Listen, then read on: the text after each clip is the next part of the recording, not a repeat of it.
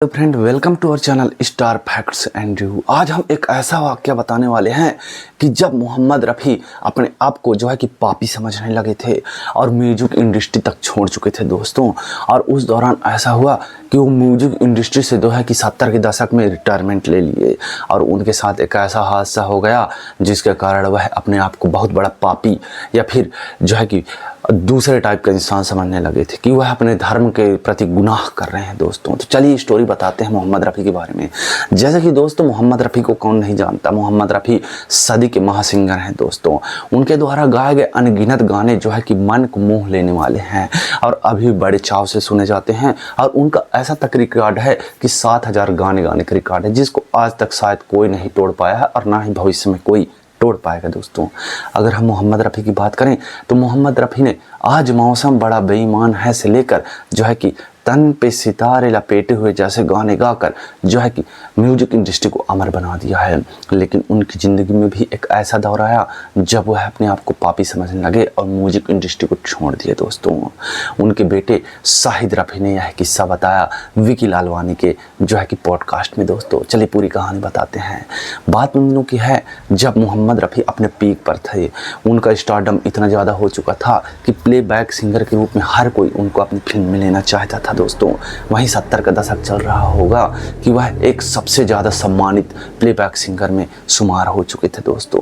उन्हीं दौरान माना जाता है कि मोहम्मद रफ़ी ने म्यूजिक इंडस्ट्री को अलविदा कह दिया था और जो है कि अपने आप को म्यूजिक इंडस्ट्री से जो है कि अपने आप को रिटायरमेंट कर लिया था। और कई लोग उनका जो है कि इस बात को लेकर घमंड समझने लगे थे कि यह अपने आप को जो है कि घमंडी है और इसलिए म्यूजिक में काम नहीं कर रहा है।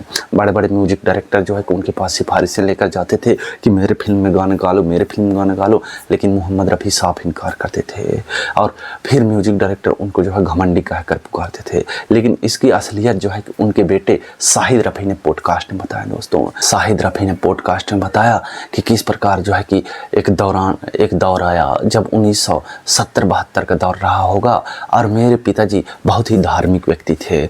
उस दौरान वह हज पर जाया करते थे और उनका दूसरा हज में जाना था। उस साल बहुत बड़ा हज होने वाला था सऊदी में, जिसे अकबरी हज के नाम से हम जानते हैं दोस्तों। तब शाहिद रफ़ी बताते हैं कि अकबरी हज में पिताजी गए हुए थे, मम्मी और पापा दोनों गए थे। तब उस दौरान किसी मौलाना से उनकी जो है कि वहीं सऊदी में मुलाकात हुई। तब उस मौलाना ने उनको साफ शब्द में कहा कि ये जो तू म्यूजिक इंडस्ट्री में काम कर रहा है बहुत बड़ा जो है अल्लाह के प्रति गुनाह कर रहा है, एक पाप कर रहा है और तुझे अल्लाह कभी माफ़ नहीं करेगा। तू एक पापी है, पापी। जब यह शब्द मोहम्मद रफ़ी सुने तो वह एकदम डर सा गए दोस्तों। उनके अंदर डर का माहौल छा गया क्योंकि मोहम्मद रफ़ी पहले से ही बहुत धार्मिक व्यक्ति थे और वह थोड़ी थोड़ी बातों को जो है कि बहुत दिल में लगा लिया करते थे। खासकर धर्म से जुड़ी बातें अगर उनके ऊपर आ जाती तो बहुत सीरियस हो जाते थे। और मौलाना ने ऐसा जो है कि बोला कि आप जो है कि पापी हो चुके हैं, आप म्यूजिक इंडस्ट्री में यह क्षेत्र में काम करके अपने आप को मलिन कर चुके हैं, गंदे हो चुके हैं, आप अल्लाह आपके प्रति इंसाफ नहीं कर सकता, ऐसा करके बोला। तब माना जाता है कि सऊदी अरब से तुरंत ही जो है कि मोहम्मद रफ़ी वापस लौट आए अपनी पत्नी के साथ और आने के बाद जो है कि उन्होंने फैसला लिया कि मैं म्यूजिक इंडस्ट्री अब छोड़ना चाहता हूँ, मैं अब इसमें काम नहीं कर सकता, मुझे जो है कि अल्लाह पापी समझता है और मैं और अत्यधिक गुनाहगार नहीं बनना चाहता। और ऐसा हुआ भी दोस्तों, अपने बेटे समेत जो है कि अपने पत्नी समेत वह परिवार को लेकर लंदन में शिफ्ट हो गए और म्यूजिक इंडस्ट्री से जो है कि सालों दूरियां बना लें। इधर म्यूजिक डायरेक्टर से लेकर बड़े बड़े डायरेक्टर उनको फ़ोन लगाते रह गए कि कैसे करके आइए, एक गाना है आपके लिए, आप कम से कम कुछ नहीं तो एक गाने तो गा दीजिए मेरे फिल्म में। लेकिन मोहम्मद रफ़ी इतने डर गए थे उस दौरान दोस्तों कि उन्होंने बड़ी बड़ी गानों को रिजेक्ट किया और साफ मना किया कि मैं यह गाना नहीं गा सकता। फिर दोस्तों उनके बेटे शाहिद रफ़ी ने बोले कि मैं भी बहुत समझाने का प्रयास किया लेकिन पिताजी नहीं माने और हम सब लंदन में शिफ्ट हो गए। लेकिन लंदन में ही हमको एक और मौलाना से जो है कि मुलाकात हुई। उस मौलाना ने हमको सख्त बताया और जो है पॉजिटिव होते हुए बताया कि ऐसा कोई बात नहीं है, अल्लाह जो है कि आपके अंदर अगर कोई कला दिया है तो यह गुनाह नहीं हुआ है, यह तो अल्लाह का करिश्माई गुण आपके अंदर आ गया है और इससे कोई पाप नहीं होता। आप तो अपने गाने के दौरान जो है कि ऐसे पाक पाक जो है कि शब्द निकाल कर या फिर गाने गाकर अपने आप को नापाक बना सकते हैं।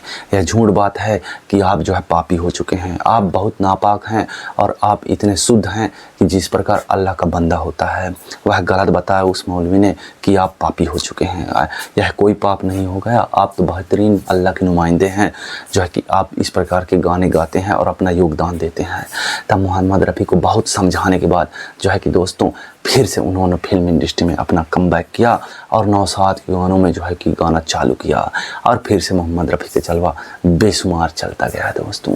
उस दौरान मोहम्मद रफ़ी की उम्र मात्र 40 वर्ष रही होगी जब अपने करियर के पीक पर थे दोस्तों। मोहम्मद रफ़ी फिर से बॉलीवुड में अपना जलवा बिखेरने लगे और उनकी आवाज़ों में तरह तरह के गाने रिलीज किए गए दोस्तों। तो इस प्रकार का भय आ गया था मोहम्मद रफ़ी के ऊपर कि वह इंडस्ट्री से एकदम दूर ही बना दिए थे दोस्तों। खैर भगवान या अल्लाह का डर सभी कोई को होता है, क्योंकि कोई भी कह दे, अगर कोई धार्मिक व्यक्ति आपको ऐसा बोल दे तो मन में भय आ ही जाता है। आपकी क्या राय है इस बात को लेकर हमें कमेंट करके ज़रूर बताएं। धन्यवाद दोस्तों।